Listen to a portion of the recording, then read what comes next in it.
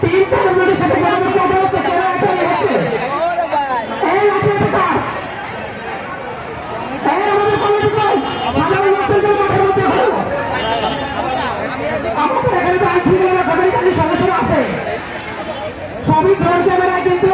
নিরাপত্তা থাকতেছে যাদের নিরাপত্তার বুঝিয়ে দেয় তারা আমাদের মঞ্চে চলে আসুন আর ক্যামেরার সদস্যরা কি করতেছে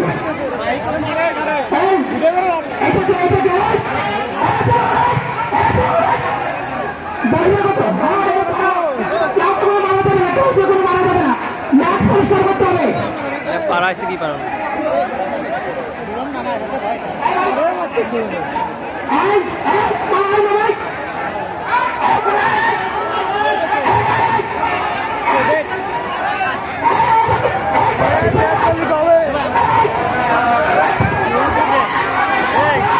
छोड़